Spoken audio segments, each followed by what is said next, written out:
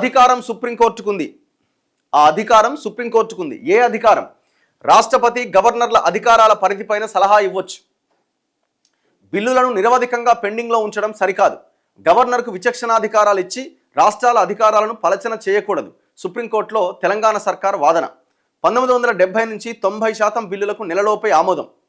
20 బిల్లులకు మాత్రమే గవర్నర్లు ఆమోదం ఇవ్వలే. ఆర్టికల్ 200లోని ఆమోదం నిలిపివేత తాత్కాలికం కాదు. గవర్నర్లు కేవలం పోస్ట్ మ్యాన్లు కారు. Advocate general Tushar Mehta. మన రాజ్యాంగాన్ని చూస్తే గర్వంగా ఉంది. నేపాల్లో పరిస్థితులు ప్రస్తావిస్తూ సిజేఐ జస్టిస్ బిఆర్ గవాయ్ వ్యాఖ్య. ఇక్కడ ఏంటి అంటే ఈ కేసు ఏంది?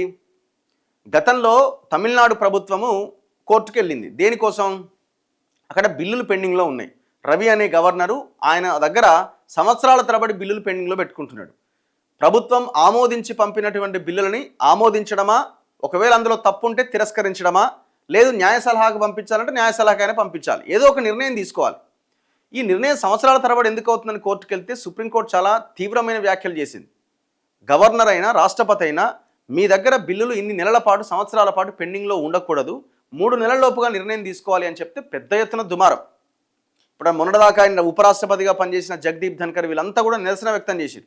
అంటే ఒక రకమైన చాలా స్టేట్మెంట్స్ ఇచ్చారు. ఎట్లా ఇది గవర్నర్ల అధికారాలు, రాష్ట్రపతి అధికారులను మనం ప్రశ్నించజాలమా అనే స్థాయిలో చర్చ జరిగింది. సో ఆ సమయంలో రాష్ట్రపతి కూడా ఆమె ఆ పొజిషన్లో ఉన్నారు కాబట్టి సుప్రీంకోర్టుని కొన్ని అభిప్రాయాలతో కూడినటువంటి కొన్ని ప్రశ్నావళిని సుప్రీంకోర్టుకు సంధించింది. దాని మీద 5 సభ్యుల రాజ్యాంగ ధర్మాసనం విచారిస్తున్నది. ఆ విచారించే క్రమంలో అన్ని రాష్ట్రాలకి ఆదేశాలు ఇచ్చింది, మీ యొక్క అభిప్రాయాన్ని చెప్పండి అని. సో ఇట్లా ఒక్కొక్క రాష్ట్రం ఒక్కొక్క అభిప్రాయాన్ని చెప్పుకుంటూ వస్తున్నది. బీజేపీ పాలిత ప్రాంతాల అభిప్రాయం ఒక రకంగా ఉన్నది. బీజేపీ పరిపాలించని ప్రాంతాల్లో ఇండియా కూటమి వాళ్ళ అభిప్రాయం ఇంకొక రకంగా ఉన్నది. సో మన రాష్ట్రంలో కాంగ్రెస్ ఉంది కాబట్టి వాళ్ళు ఏమంటున్నారు? గవర్నర్కు విచక్షణ అధికారాలు ఇచ్చి రాష్ట్రాల అధికారాలను పలచన చేయొద్దు అన్నది మన రాష్ట్ర ప్రభుత్వం యొక్క, కాంగ్రెస్ ప్రభుత్వం యొక్క వాదన. ఇంకా పశ్చిమ బెంగాల్ కానీ ఇట్లా కొన్ని రాష్ట్రాల వాదన కూడా సేమ్ ఇండియా కూటమి వాదనే వాళ్ళు వినిపించే ప్రయత్నం చేస్తున్నారు.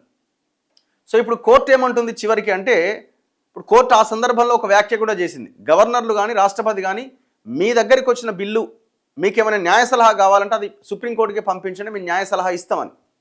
సో దాని ద్వారా బిల్లులు పెండింగ్లో పెట్టకుండా దాన్ని ఆమోదించడమా తిరస్కరించడమా ఏదో ఒకటి జరుగుతుంది. అంతే కదండి. ఇప్పుడు అసెంబ్లీలో ఆమోదించిన బిల్లు అంటే అసెంబ్లీని ఎవరు ఎన్నుకుంటారు? ప్రజలు ఎన్నుకుంటారు. ప్రజల యొక్క తీర్పు గవర్నర్ దగ్గరికి వెళ్ళిన తర్వాత దాన్ని ఆమోదించడమా తిరస్కరించడమా చేయాలి. 3 నెలల సమయం చాలా తక్కువనా ఎక్కువనా అంటే చాలా ఎక్కువనే కదా. 90 రోజుల సమయం ఒక బిల్లు మీద నిర్ణయం తీసుకోవడానికి చాలా ఎక్కువ సమయమే కదా. మరి దాంట్లో తప్పే ఉంది? ఇప్పుడు ఒకవేళ సుప్రీంకోర్టు మీ దగ్గరికి ఏ బిల్లు వచ్చినా మీరు ఆమోదించండి అంటే తప్పు, మీ దగ్గరికి ఏ బిల్లు వచ్చినా మీరు తిరస్కరించండి అంటే తప్పు. అండ్ దట్టు కావలసినంత సమయం 90 రోజులు సరిపోతుంది కదా. సుప్రీంకోర్టు ఇంకొక వ్యాఖ్య కూడా చేసింది, మీరు అవసరమైతే న్యాయ సలహాకి మాకే పంపించండి, మీరు న్యాయ సలహా ఇస్తామని కూడా చెప్పింది. ఇంకా దీంట్లో తప్పే ఉంది అసలు. ఇప్పుడు ఏమైపోయిందంటే గతంలో కాంగ్రెస్, ఇప్పుడు బీజేపీ ఈ యొక్క ఇండిపెండెంట్ బాడీస్ని, రాజ్యాంగబద్ధ సంస్థలని వాళ్ళ యొక్క అధికారం కోసం వాడుకుంటున్నాయి, వాళ్ళ యొక్క అవసరాల కోసం. గతంలో కాంగ్రెస్ కూడా వాడింది, డౌట్ ఏం లేదు అందులో. ఇప్పుడు బీజేపీ వాడుతున్నది. గవర్నర్లు ఎవరండి? కేంద్రంలో ఎవరు పవర్లో ఉంటే వాళ్ళకి సంబంధించిన పొలిటికల్ లీడర్లు, ఆ పార్టీకి సంబంధించిన లీడర్లు గవర్నర్లుగా నియమితులు అవుతున్నారు. సరే, ఆ సీట్లో కూర్చున్న తర్వాత గవర్నర్ అనేది ఒక వ్యవస్థ, రాజ్యాంగబద్ధమైన వ్యవస్థ. ఆ రాష్ట్రానికి ప్రథమ పౌరుడుగా ఆయన ఉంటాడు, రాజ్యాంగాన్ని రక్షించే పొజిషన్లో. ఇప్పుడు మనం ఓపెన్గానే చెప్పొచ్చు, గవర్నర్లు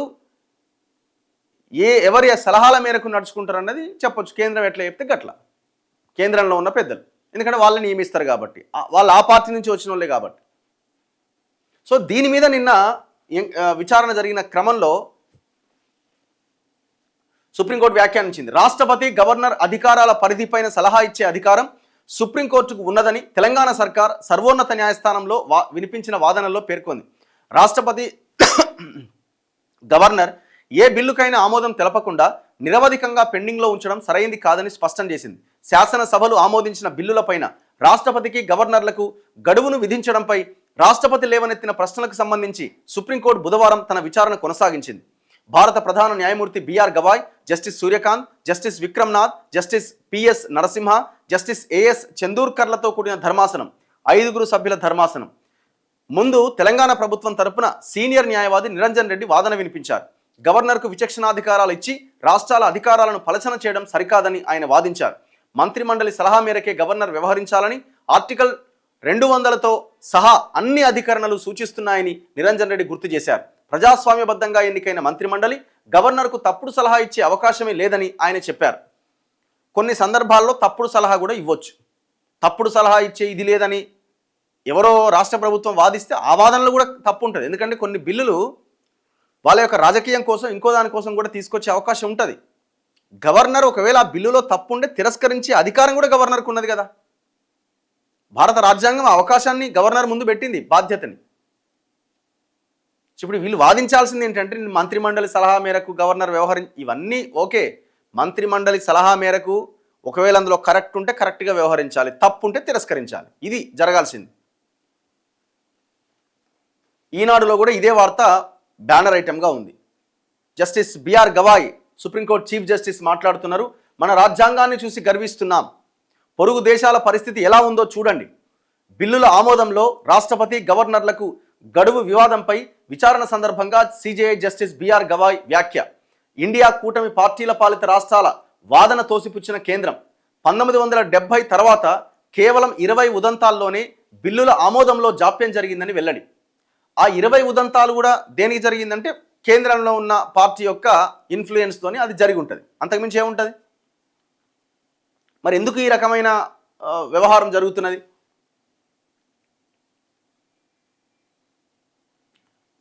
ఇప్పుడు భారత రాజ్యాంగం చాలా గొప్పది. భారత రాజ్యాంగం అమలైతే ఈ దేశం ఎక్కడో ఉంటుంది.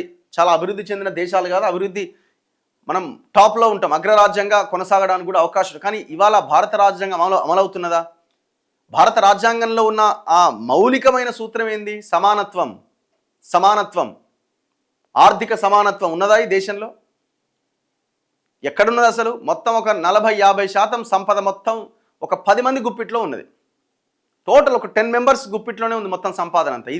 ఇది భారత రాజ్యాంగం అమలవుతున్నదని ఎట్లా మనం అనుకుంటాం?